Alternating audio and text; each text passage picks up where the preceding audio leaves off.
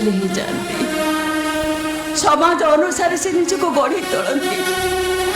ସମାଜ ଅନୁସାରେ ନିଜକୁ ଗଢ଼ି ସାରିବା ପରେ ସେ ଯେତେବେଳେ ନର୍କରେ ପାଦ ଦିଅନ୍ତି ସେତେବେଳେ ସେ ଅନୁତାପ କରନ୍ତି, ଭୁଲ କରିଛି ବୋଲି ଜାଣିପାରନ୍ତି।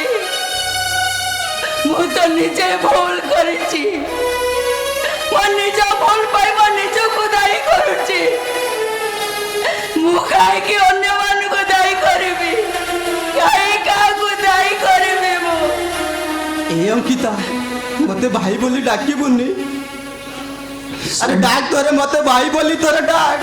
ସମ୍ପର୍କୀୟ ଲୋକମାନଙ୍କୁ ଚିହ୍ନିଲା କାଳେ କଷ୍ଟ ହବ ବୋଲି ଆଖିଟାକୁ ବୁଝି ଅନ୍ଧ ହେଇଯାଇଛି।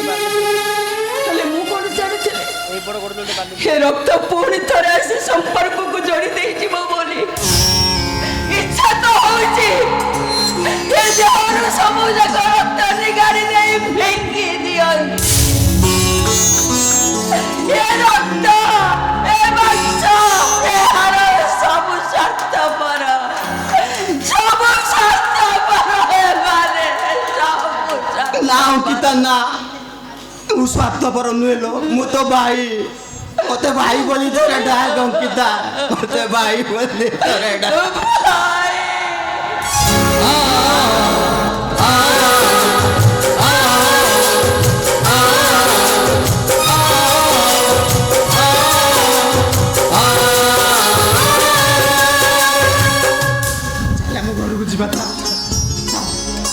ନାଇଁ ଭାଇ, ମୁଁ କୁଆଡ଼େ ଯିବିନି ଭାଇ, ମୁଁ କୁଆଡ଼େ ଯିବିନି। ତୁ ଯିବୁ, ଅଳ୍ପ ତ ଯିବୁ, ଆଉ ଯଦି ନ ଯିବୁ ତୁ ମୋ ସାନ ଭଉଣୀ ହେଲେ ବି ମୁଁ ତ ଗୋଡ଼ ତଳେ ପଡ଼ିବା।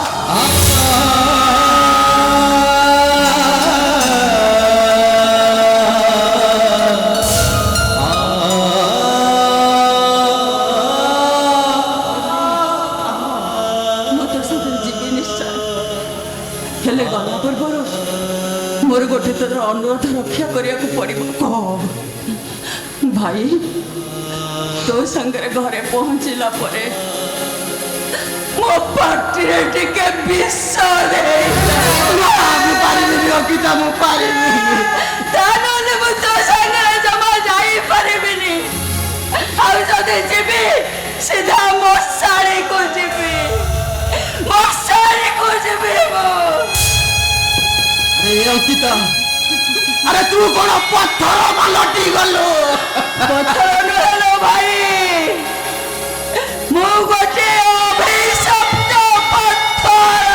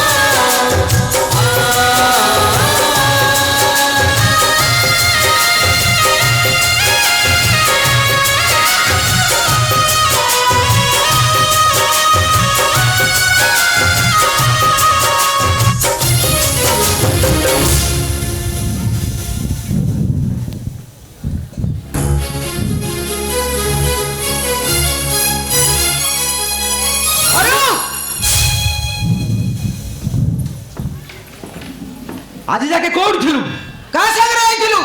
अरे आसुले जदी बच्ची की आसुलु काहे की का को तो किछ न कहि लुचिनी पळे कोडी कोन पई घर में बेरिलु काहे की आसुलु?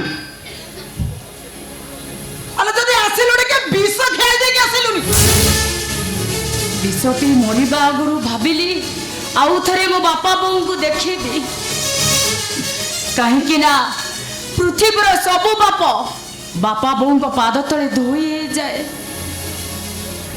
ଆଉ ମୁଁ କରିଥିବା ପାପ ମୋ ବାପା ବୋଉଙ୍କୁ ମୁଁ କହିଦେବାକୁ ଚାହେଁ। କାହିଁକି ନା ସେଦିନ ଅନଳ ଭାଇ ମୋ ସହିତ ଥଟ୍ଟା ହଉ ହଉ ଜୋର ଜବରଦସ୍ତ ମୋ ସହିତ ସମ୍ପର୍କ ରଖିଲେ। ଆଉ ଯୋଉ ସମ୍ପର୍କରୁ ମୁଁ ମା ହବାର ସମ୍ଭାବନା ହେଲି। ଆଉ ଯୋଉ ସମ୍ପର୍କକୁ ନେଇ ଅନଳ ଭାଇ ମତେ ବ୍ଲାକମେଲିଂ କରିବା ଆରମ୍ଭ କରିଦେଲେ।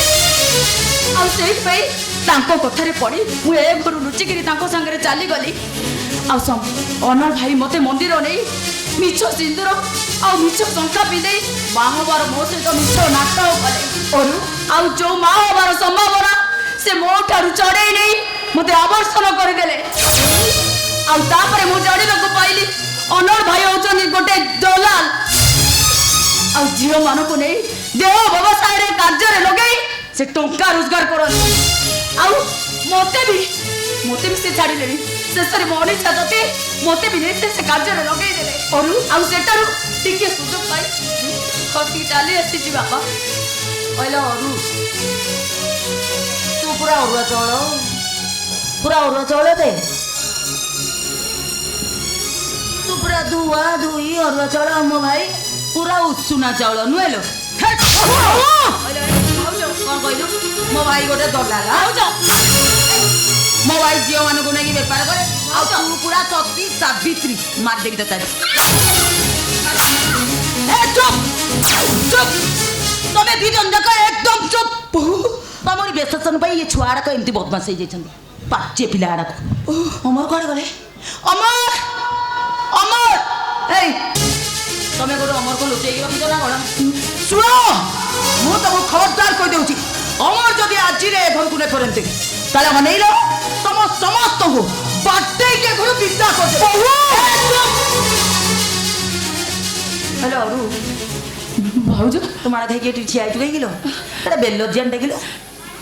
ଏଟା କାମ କରୁନି। ବାଥରୁମରେ ମୁଁ ଲୁଗା ଆଡ଼ା ପଡ଼ିଛି ଗଲୁ ସଫା କରିଦେବୁ। ଯାଉନୁ ସଫା କରିବୁ। ଆପେ ଯାଉନୁ।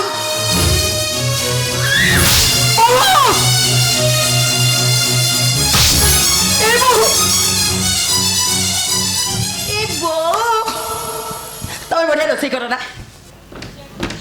ତମ ହାତର ସେ ପୋଇ ରାଇଟା ଖାଇବାକୁ ମୋର ଭାରି ବଢିଆ ଲାଗେ। ତମେ ଗୋଟେ କାମ କଲ ଗଲ ଟିକେ ରୋଷେଇ କରିଦବ ମୁଁ ଖାଇବି। ବୋହୁ ରୋଷେଇ କରିଦେଲେ ମୁଁ ଖାଇବି। ମତେ ଭାରି ଭୋକ ଲାଗିଲାଣି। ପୋଇଟାକୁ ବଢିଆ କି ରାଇ କରିବ। ଯା ବହୁତ କଣ କେତେ ବୋଉ ହଉଛୁ? ଭୋକରେ ମୋ ପେଟ ଚଲାଣି। ବୋଉ କହିଦେଲେ ମୋ ପେଟ ପଡୁଛି। ଯାଉନୁ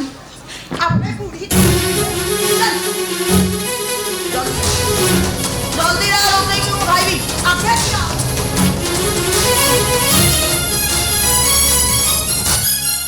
ବୁଢ଼ୀର କାମ ସରିଲା, ଝିଅର କାମ ସରିଲା, ବାକି ରହିଲା ବୁଢ଼ା।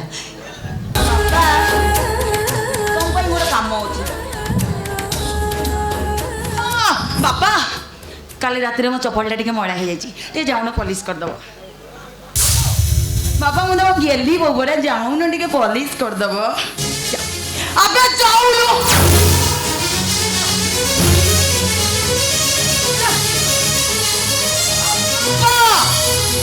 ଆଜିରେ ଯଦି ଏ ଘରକୁ ଅମର ନ ଫେରନ୍ତି ତାହେଲେ ଅନେଇଲ ଏ ଘରେ ମୁଁ ନିଆଁ ଲଗେଇ ଦେବି। ନିଆଁ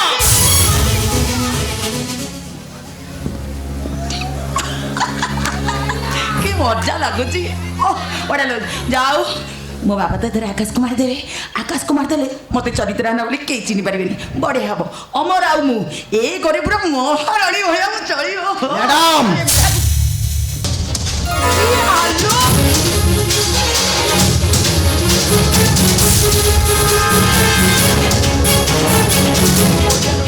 ହ୍ୟାଲୋ ତମେ ଗୋଟେ ଏମିତି ପୋଲିସ ହେଇଯାଇଛ। ହ୍ୟାଲୋ ତମେ ମୋ ଶାଶୁ ଘରକୁ ଆସିଛ। ମୋ ଶାଶୁ ଘରେ ତମେ ମୋର ଅତୀତ ବିଷୟରେ କିଛି କହିବନି। ମୁଁ କ'ଣ କରିବି କହିଲ? ମୋ ବାପା ଭାଇଙ୍କ ମୋ ମୁଣ୍ଡଟାକୁ ପୁରା ଖରାପ କରିଦେଲେ। ମୁଁ ତମକୁ ସେତେବେଳେ ବହୁତ ଭଲ ପାଉଥିଲି। ସେତେବେଳେ ବି ରାଜି ଥିଲି, ଏବେ ବି ରାଜି ଅଛି। ଆଲୋ ଚାଲୁନ, ତମେ ଯଦି କହିବ ମୁଁ ଏବେ ତମ ହାତ ଧରିକି ପଳେଇବି। ଚାଲ ଯିବା। ଆସ ଆସୁନ ଆସ ଯିବା। କ'ଣ ବା ଯିବା ତ? ହଉ ଆସ ଆସୁନ ଯିବା ବଢିଆ ସେ ଯିବା ଆଲୋ ତୁମେ ମତେ ମାଛ କର ସତେ ତୁମେ ବହୁତ ରାଗି ଯାଇଛ ମତେ ମାଛ କର ଶ୍ୱଶୁର ଅଛନ୍ତି ଘରେ? ଅତୀତରେ ଯାହା ହେଇଥିଲା କିଛି କହିବନି ଡାକି ଦିଅ। ଡାକି ଦଉଛି ଡାକି ଦିଅ। ହେଲେ ଅତୀତରେ ଯାହା ହେଇଥିଲା କିଛି କହିବନି ବାପା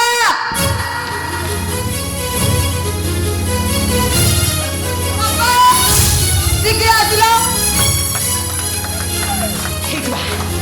ମୁଁ ବୋଧେ ଭାବୁଛି ଏ ବାପା ବୋଧେ କ'ଣ ଆକାଶକୁ ମାର୍ଗି ପଠେଇଦେଲେ ନା କ'ଣ ବଢ଼ିଆ ହେଇଛି ଆଉ ମତେ ଚରିତ୍ର ଗୋଟେ କେହି ଚିହ୍ନି ପାରିବେନି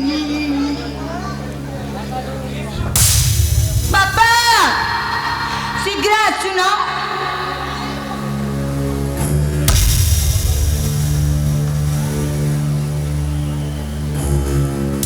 ଡେଡ୍ ବଡିଟା ନାଳ ଭିତରେ ପଡ଼ିଥିଲା।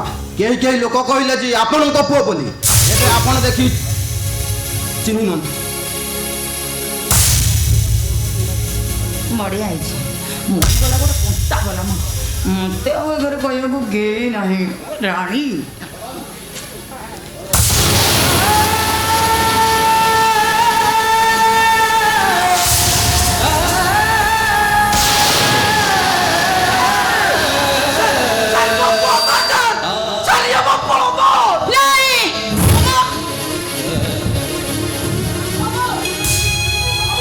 ଆପଣ ଏବେ ପୋଲିସ ଷ୍ଟେସନ ଆସନ୍ତୁ।